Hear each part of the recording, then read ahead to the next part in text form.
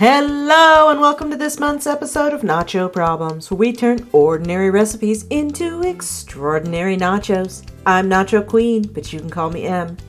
So the weather is getting warmer and that means it's almost wedding season.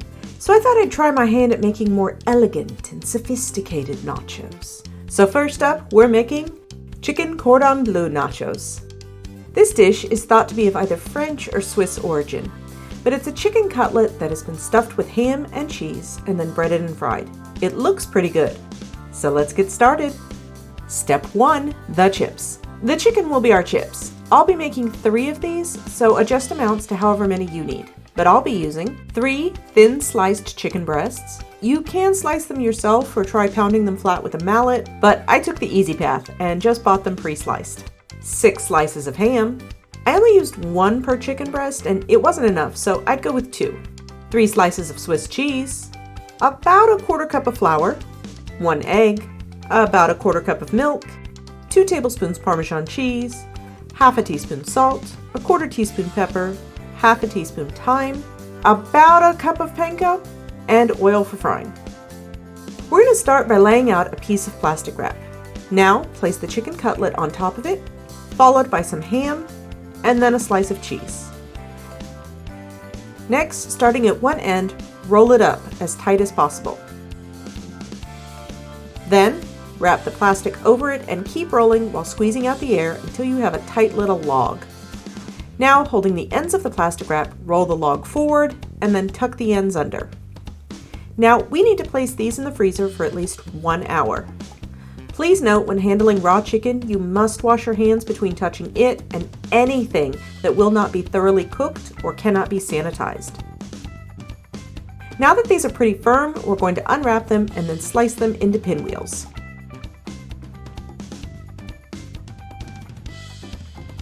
Next, let's set up our breading stations.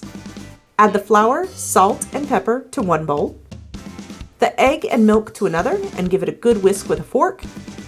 Then add the panko, thyme, and Parmesan, which I forgot, to the final bowl. Now take each pinwheel and dip it first into the flour, then into the egg,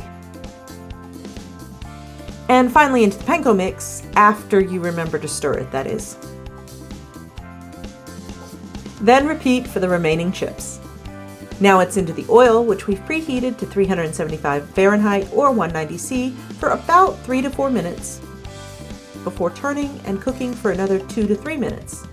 Then remove to a paper towel lined plate, and that's our chips. Next up is step 2, the cheese.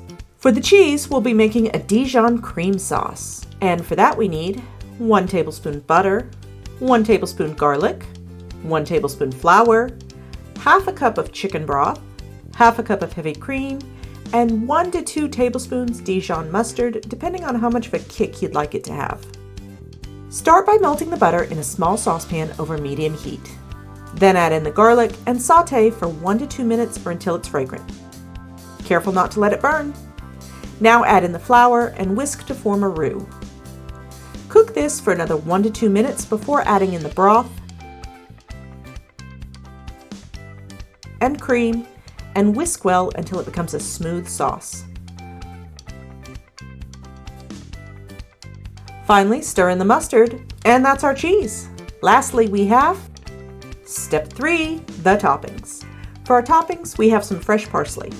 The garden is just getting started, so we don't have much available yet, but this should be enough for 1 plate. I'm just going to chop this up and we can move on to step 4, let's eat. Let's start with a few chips. Drizzle on some of our sauce, and a small sprinkle of our parsley. And we're ready for our taste tester. Now, Youngson doesn't like ham, Olson doesn't like mustard, Jimmy Buffett got to taste test last time, so cameraman has decided to throw himself on this sword. And voila! I have done it! Nachos fit for a king.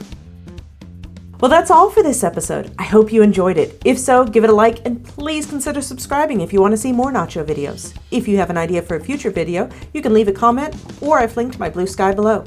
But you won't find me on Facebook, Instagram, or Threads. If you're looking to steal my apron, well, that's not nacho merch. This is actually eel merch.